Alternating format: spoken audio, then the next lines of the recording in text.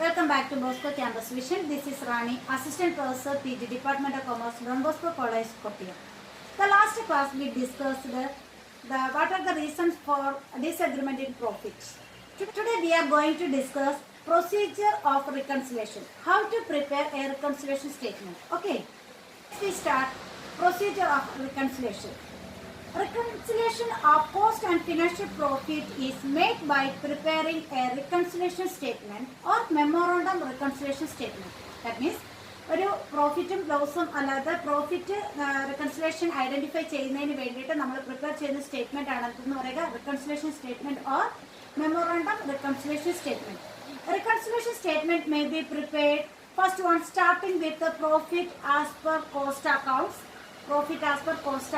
then starting with the profit as per financial accounts, then third one starting with the loss as per cost account, then starting with loss as per financial accounts. Okay, 4 different methods ആണ് നമ്മൾ ഇതിന് 4 different രീതിയിലാണ് നമ്മളിത് എന്ത് ചെയ്യുക cost reconciliation എന്താണ് profit reconciliation statement നമ്മൾ prepare ചെയ്യുക. ഓക്കെ, അതിൽ ഒന്നാമത്തത് starting with profit as per cost account. നമ്മൾ പ്രോഫിറ്റ് ആസ് പെർ കോസ്റ്റ് അക്കൗണ്ടിൽ എന്ത് ചെയ്യുന്നുവോ അതിന് ജസ്റ്റ് ഓപ്പോസിറ്റിലായിരിക്കണം പ്രോഫിറ്റ് ആസ് പെർ ഫിനാൻഷ്യൽ അക്കൗണ്ടിൽ ചെയ്യേണ്ടത്. അത് മിസ് ഫസ്റ്റ് ഫോർമാറ്റ് എന്ന് പറയുന്നത് starting with profit as per cost accounts ആണ്. അതിന്ന് മിസ് എക്സ്പ്ലെയിൻ ചെയ്യാം. പിന്നെ ഓരോ സെക്ഷൻ വരുമ്പോൾ അല്ലെങ്കിൽ നെക്സ്റ്റ് മെത്തേഡ് വരുമ്പോഴത്തേന് അത് എങ്ങനെ റീറൈറ്റ് ചെയ്യണം എന്നുള്ളത് പറഞ്ഞു തരാം. Okay, let's start the format of profit reconciliation statement.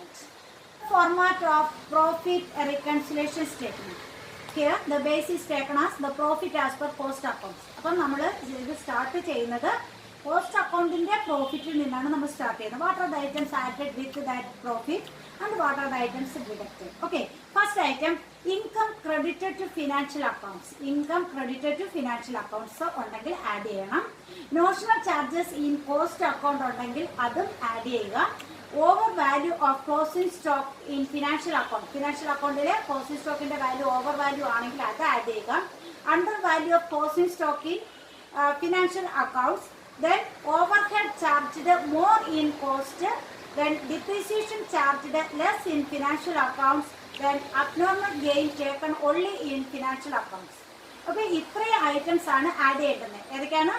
Income credited to financial accounts, then notional charges in cost account only, over value of closing stock of financial statement, then under value of opening stock in financial statement, overhead charged more in cost account, then depreciation charged less in financial accounts, then abnormal gain taken only in financial accounts. Okay, അപ്പോൾ ഇത്ര items ആണ് നമ്മൾ add ചെയ്യേണ്ടുന്ന items. Profit as per cost അക്കൗണ്ടിനോടൊപ്പം നമ്മൾ ഒരു 7-8 items add ചെയ്തു. അതിൽ നിന്ന് ലെസ് ചെയ്യേണ്ടുന്ന items first one expenses only in financial accounts.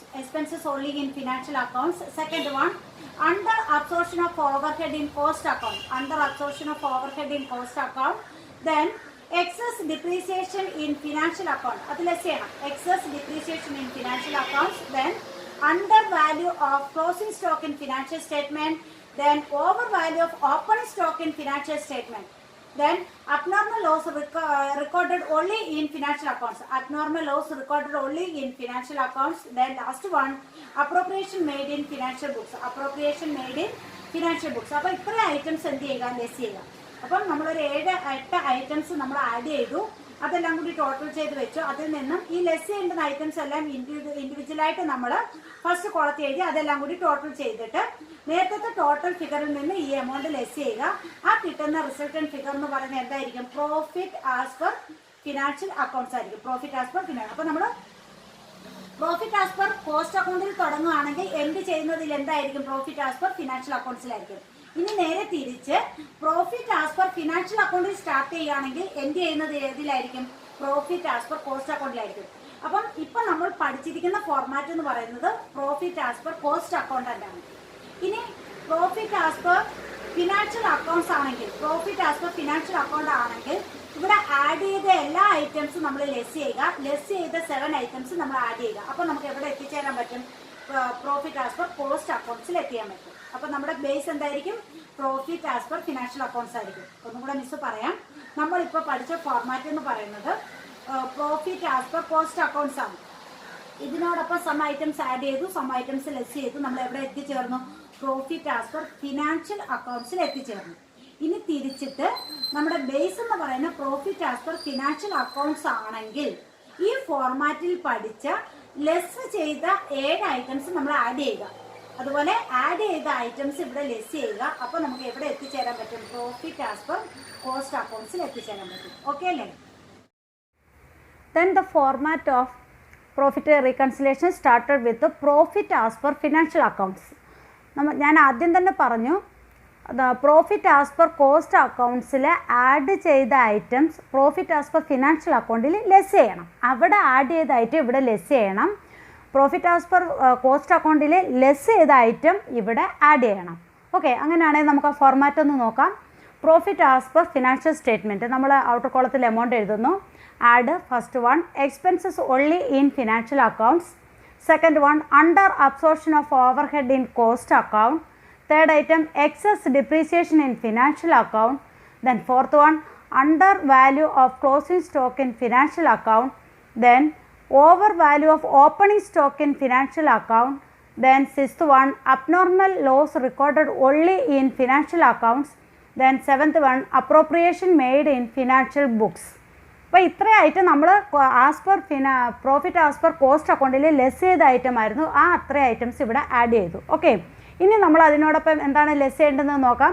Less first one income credited to financial accounts, then notional charges in cost accounts only, then third item over value of closing stock in financial accounts, under value of opening stock in financial accounts, overhead charged more in cost account, then depreciation charged less in financial accounts, then abnormal gain taken only in financial accounts. അപ്പോൾ ഇത്രയും ആദ്യത്തെ items add ചെയ്തു.